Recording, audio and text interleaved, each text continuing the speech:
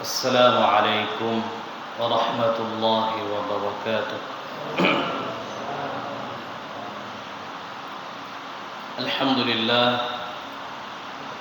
الحمد لله الذي فرض على عباده الصيام وجعله مطهرا لنفوسهم من الذنوب والآثام. أشهد أن لا إله إلا الله الملك الحق العلام، وأشهد أن محمدًا عبده ورسوله أفضل من صلى وصام ووقف بالمشاعر وطاف بالبيت الحرام. أما بعد، اللهم انفعنا بما علمتنا وعلمنا ما ينفعنا وزدنا علما. اللهم لا علم لنا إلا ما علمتنا إنك أنت العليم الحكيم. اللهم ارزقنا الإخلاص والسداد في القول والعمل. اللهم ارزقنا الإخلاص والسداد في القول والعمل. اللهم ارزقنا الإخلاص والسداد في القول والعمل. اللهم آمين.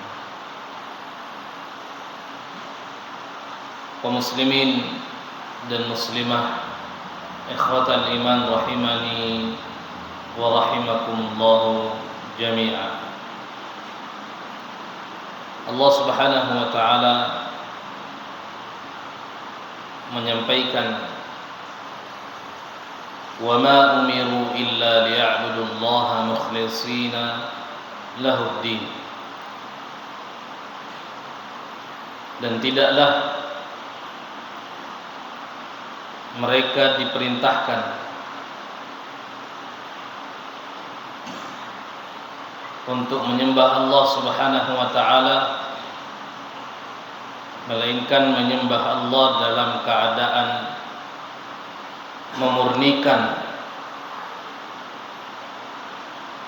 kepentingan-kepentingan hanya untuk Allah Subhanahu wa taala. Tadi malam kita sedikit belajar tentang bagaimana merencanakan Ramadan ini menjadi Ramadan yang diterima oleh Allah Subhanahu wa taala. Segala kebaikan, semua ibadah yang kita rintis sejak awal Ramadan pada tahun ini, karena kita tidak ingin Ramadan ini berlalu seperti rutinitas biasa yang tidak punya nilai, tidak punya bobot di hadapan Allah Jalla Jalaluhu. Tetapi tentu kita membutuhkan motivasi kuat agar supaya nilai keikhlasan ini betul-betul bisa tercermin dari semua bentuk ibadah dan ketaatan kita.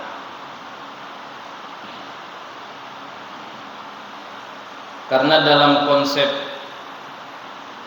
kemuliaan kita dalam beribadah, semakin tinggi peluang kita untuk mendapatkan kemuliaan, maka tentu godaan dan tantangannya juga semakin berat. Berbicara keikhlasan, bahkan jin, iblis sekalipun itu sudah menyatakan bahwa semua manusia akan mudah ditaklukkan, akan mudah digoda dan digelincirkan, illa ibadaka minhumul mukhlasin, kecuali hamba-hamba Allah yang ikhlas.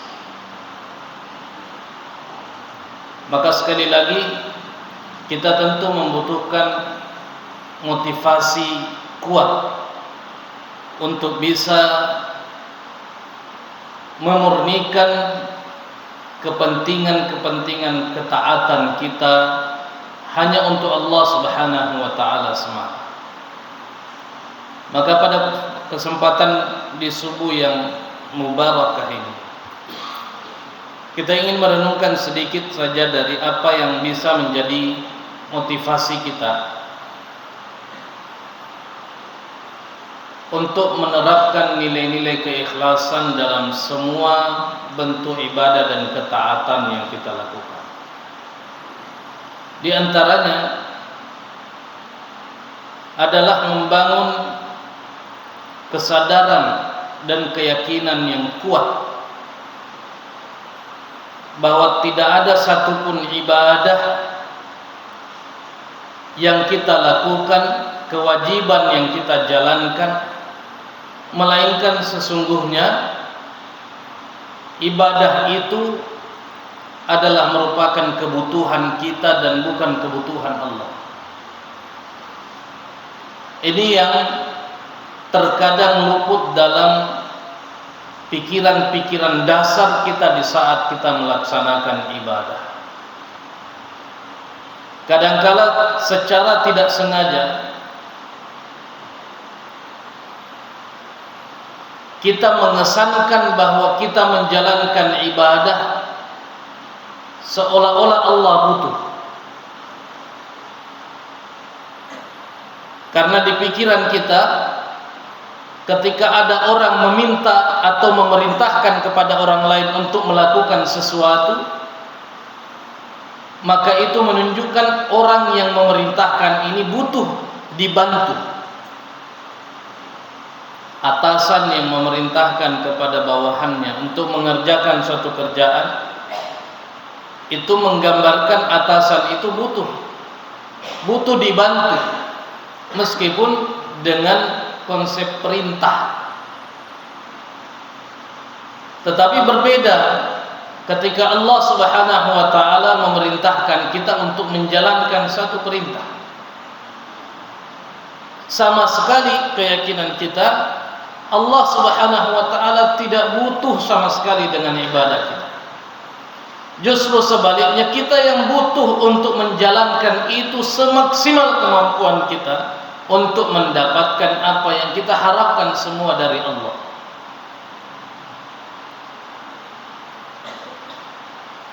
Makanya ketika pun semua manusia ini kafir, tidak taat kepada Allah Subhanahu wa taala, tidak beriman kepada Allah, tidak mau menjalankan perintah, itu tidak mengurangi sedikit pun dari kekayaan Allah Tabaraka wa taala. Di dalam Al-Quran, dalam surah Ibrahim, menggambarkan tentang bagaimana Nabi Musa ini menyampaikan keyakinan mendasar ini kepada umatnya. Wa qala Musa in takfuru antum wa man fil ardi jami'a fa inna Allaha la ghaniyyun hamid. Nabi Musa mengatakan kepada umatnya, in takfuru antum, kalau kalian semua kafir, bahkan bukan hanya kalian Bani Israel, wa man fil ardi jami'a, siapapun yang ada di bumi ini semuanya kalau kafir, fa innallaha la ghaniyyun hamid, ketahuilah bahwa sesungguhnya Allah tetap sebagai zat yang maha kaya dan maha terpuji. Artinya Allah tidak terpengaruh kekuasaannya hanya adanya manusia yang tidak mau taat terhadap perintahnya. Allah tidak terpengaruh kekayaannya hanya ketika ada manusia yang tidak mau menjalankan apa yang diarahkan dan dituntunkan oleh Allah Tabaraka wa taala. Bahkan di sebuah hadis qudsi secara gamblang Allah Subhanahu wa taala menyatakan, ya ibadi law anna awwalakum wa akhirakum wa insakum wa jinnakum kanu ala atqa qalbi rajulin wahidin minkum ma zada dzalika min mulki syai'a. Kata Allah, wahai hambaku, ketahuilah bahwa sekiranya kalian semua, manusia pertama sampai manusia terakhir, semua jin, semua manusia, ketika semuanya berkumpul untuk menjadi orang bertakwa kepada Allah, ma zada dzalika min mulki syai'a. Kata Allah, itu tidak menambah sedikit pun dari kekuasaanku. Tidak ada artinya. Sebaliknya kata Allah Subhanahu wa taala, ketika pun semua manusia, semua jin pertama sampai yang terakhir, semuanya kanu ala afjari qalbi rajulin wahidin minkum, semuanya durhaka, semuanya bermaksiat, semuanya kafir. Ma naqasa dzalika min mulki syai'a. Tidak pernah sedikit pun hal itu mengurangi kekuasaanku. Lalu Allah melanjutkan, kalau sekiranya semua jin, semua manusia berkumpul, yang pertama sampai yang terakhirnya, ini minta kepada Allah hajatannya, minta kepada Allah keinginannya, harapan-harapannya, lalu semua yang minta ini semuanya diberikan sesuai dengan apa yang diharapkan oleh mereka dari kalangan manusia dan dari kalangan jin, semuanya dapat apa yang dia inginkan. Ma naqasa dzalika mimma indi, kata Allah, itu tidak mengurangi apa yang saya miliki. Illa kama yanqusul mikhyat idza udkhila al-bahr atau idza ughmisal bahr, kecuali seperti kurangnya air laut dari turunnya jarum dan tetesan pertama, itu hanya itu kurangnya dari air laut yang begitu banyak milik Allah tabaraka wa taala. Artinya Allah sesungguhnya tidak terpengaruh dari kekafiran dan keimanan kita, dari ketakwaan dan keislaman kita. Maka orang yang menyadari ini akan termotivasi hatinya untuk mengikhlaskan dirinya untuk melakukan ini hanya karena Allah, sebab dia menyadari bahwa dia melakukan ini karena kebutuhannya kepada Allah. Dan ini kalau dihayati, direnungkan, diimplementasikan dalam hati kita, dalam semua amalan-amalan kita, maka ini bisa memotivasi kita untuk mengikhlaskannya. Yang berikutnya adalah memfokuskan penilaian-penilaian yang kita kejar hanya fokus pada penilaian Allah. Ini yang bisa memotivasi kita untuk ikhlas. Kita mesti jujur bahwa kadang kita masih susah karena yang kita kejar bukan penilaian Allah. Kadang kita masih berat melakukan satu amalan karena yang kita kejar penglihatan orang, sanjungan orang, sehingga ketika orang tidak menyanjung, ada kekecewaan di dalam hati dalam melakukan itu. Saya sudah sedekah banyak-banyak kok tidak dipeduli ya. Saya sudah khusyuk, solat khusyuknya solat capek-capek, solat dengan khusyuk, tapi kok tidak pernah dianggap sebagai orang soleh. Akhirnya lelah kita melakukan amalan karena memang fokus penilaian yang kita kejar bukan penilaiannya Allah tabaraka wa ta'ala. Maka dengan demikian kita gampang sekali terpengaruh terhadap cacian dan pujian yang silih berganti dalam setiap aktivitas yang kita lakukan, sehingga begitu kita dipuji kita terlalu berbahagia, begitu kita dicela kita terlalu sedih. Maka ibadah kita hanya bergantung pada aspek pujian dan celaan orang ini, sangat terpengaruh dari situ.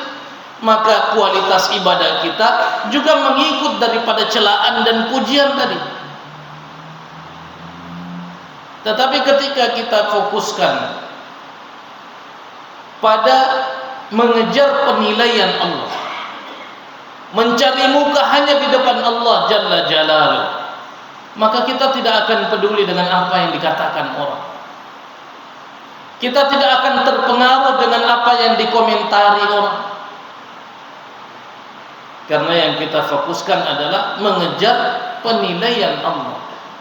Mengejar penilaian Allah. Makanya salah seorang ulama yang digelari sebagai Imam Dhunnun atau Dhunnun Al-Misri, beliau mengatakan sesungguhnya ada 3 indikasi keikhlasan yang bisa menjadi ukuran kita. Kata beliau, "Thalathun min alamatil ikhlas." Ada 3 indikasi keikhlasan. Yang pertama kata beliau, istiwa'ul madhi wadh-dhammi minal 'ammah. Indikasi pertama dari keikhlasan itu adalah seimbangnya sikap kita terhadap pujian dan celaan orang, terhadap apa yang kita lakukan. Maksudnya, kalau kita sholat, ya sholat saja sesuai dengan tuntunan, sesuai dengan perintah, sesuai dengan contoh, tidak berkurang dan tidak berlebih. Rukun dan syaratnya kita laksanakan, sehingga ketika ini sudah kita jalankan dengan baik, apapun komentar orang, kita tetap seimbang. Tidak ada pengaruhnya. Mau dikomentari warna baju, mau dikomentari sandalnya, mau dikomentari apapun yang dikomentari orang, baik sanjungan ataupun cacian, dia tetap fokus pada apa yang dia lakukan. Ini sudah indikasi keikhlasan niat terhadap apa yang dia lakukan di hadapan Allah Jalla Jalla. Yang kedua kata beliau, wa nisyanu ru'yatil a'mali fil a'mal. Yang kedua indikasi keikhlasan adalah ketika dia sudah mampu melupakan apa yang dia sudah lakukan di hadapan Allah. Artinya dia tidak mengungkit-ungkit. Saya pernah dulu sedekah 10 juta. Saya pernah dulu sholat 11 rakaat qiyamul lail 5 juz satu malam. Cenderung diungkit-ungkit semua kebaikan-kebaikan itu. Ini yang bisa mempengaruhi tingkat keikhlasan kita di dalam amalan. Maka kata beliau Dhunnun Al-Misri ini, bahwa orang yang ikhlas di dalam melakukan amalan, dia cenderung melupakan apa yang dia sudah lakukan. Selama yang dia lakukan itu sesuai dengan tuntunan agama, lalu dia serahkan kepada Allah. Dia fokus pada amalan-amalan berikutnya. Kemudian yang ketiga kata beliau, waqtida'u thawabil amali fil akhirah. Yang ketiga indikasi keikhlasan kata beliau adalah ketika melakukan amalan, amalan itu orientasinya adalah akhirat. Orientasinya adalah pahala akhirat. Dia tetap mengharapkan kebaikan di dunia. Dia tetap mengharapkan kemuliaan di dunia. Dia tetap mengharapkan kebahagiaan di dunia.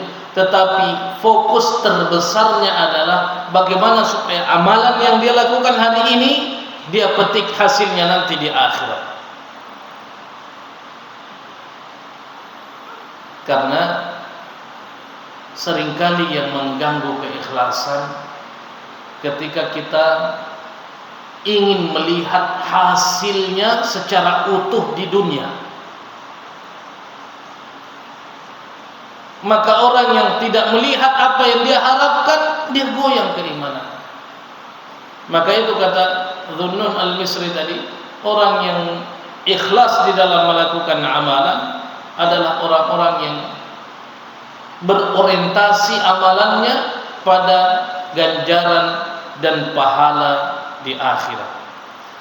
Maka itu dengan demikian dia bisa ikhlas menerima semua ketetapan Allah. Kalau kebaikan dia katakan alhamdulillah, kalau keburukan dia bersabar. Dia bersabar. Lalu ini yang menghantarkan dia pada keikhlasan terhadap apa yang ditetapkan oleh Allah Subhanahu wa taala. Tidak seperti sebahagian manusia yang digambarkan oleh Allah di dalam Al-Qur'an, bahwa ketika kehidupannya sesuai yang diharapkan, dia ikhlas. Dia ketika kehidupannya tidak sesuai dengan yang diharapkan, dia khusyuk ikhlas di dalam berdoa meminta kepada Allah. Ketika diberikan kebahagiaan, dia lupa diri.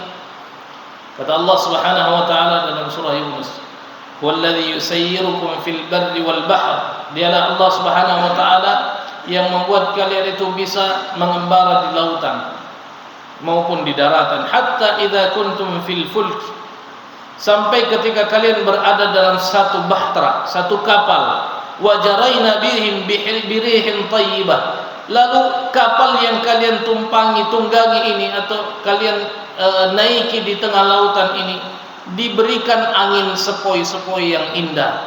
Wa farihu biha, mereka bergembira dengan angin yang normal itu. Ja'at harihun 'asifun wa ja'ahumul mawju min kulli makan. Lalu ketika Allah rubah keadaannya, angin yang tadinya berhembus normal, membahagiakan, suasana nyaman, cuaca indah, tiba-tiba dirubah oleh Allah Subhanahu wa taala menjadi angin yang kencang, ombaknya tinggi. Bahkan seolah-olah dia katakan ombak ini mengelilingi dia dan dia tidak punya jalan keluar lagi. Apa yang dia lakukan saat itu? Da'allaha mukhlishina lahuddin. Barulah dia berdoa dengan ikhlas. Barulah dia mendekat kepada Allah dengan ikhlas di saat dia menganggap tidak bisa lagi apa. Tetapi kata Allah Subhanahu wa taala, la in anjaytana min, mereka justru mengatakan, ya Allah, kalau saya bisa berhasil dari keburukan keadaan ini, la in anjaytana min hadhi lanakunanna minasyakirin. Kalau saya berhasil lolos dari sini, ya Allah, saya akan menjadi orang yang bersyukur. Dia berdoa dengan khusyuknya, berdoa dengan ikhlasnya. Tetapi kata Allah Subhanahu wa taala, falamma najjahum idza hum yabghuna fil ardi bighairi al-haqq. Ketika mereka sudah diselamatkan dari ombak yang dahsyat tadi, dari angin yang kencang tadi, normal kembali, bisa kembali ke daratan dalam keadaan selamat, idza hum yabghuna fil ardi, dia kembali lagi pada kezalimannya, melampaui batasan-batasan agama. Artinya keikhlasannya bergantung pada keadaannya. Padahal orang yang ikhlas adalah orang yang mampu lurus dalam semua keadaan, tidak bergantung pada kenyamanan atau ujian berat dari Allah Jalla Jalaluhu. Ikhwatal iman rahimani wa rahimakumullah. Ini beberapa hal yang mungkin bisa mencerahkan kita semua, menyegarkan ingatan, keyakinan dan pemahaman kita, agar bisa membantu kita untuk mengikhlaskan niat. Sebab inti dari kualitas suatu amalan ibadah terletak pada keikhlasannya. Diterima atau tidak diterima, bukan pada besar atau kecilnya amalan. Diterima atau tidak diterima tidak bergantung pada amalan ini melibatkan dan memanfaatkan banyak orang, atau amalan-amalan ini memberikan manfaat kepada banyak orang atau sedikit orang. Tetapi diterima atau tidak diterimanya amalan, salah satu yang terbesar pengaruhnya adalah ketika kita lakukan itu dengan keikhlasan, memurnikan keinginan untuk mendapatkan ridha Allah tabaraka wa ta'ala semata. Mudah-mudahan bermanfaat untuk kita semua. Ja'alana Allah wa iyyakum minal 'amilin wal faizin wa adkhalani wa iyyakum bil jannati wan na'imil muqim. Aqulu ma tasma'un, walhamdulillahi rabbil alamin. Hadana Allah wa iyyakum ajma'in. Wassalamu alaikum warahmatullahi wabarakatuh.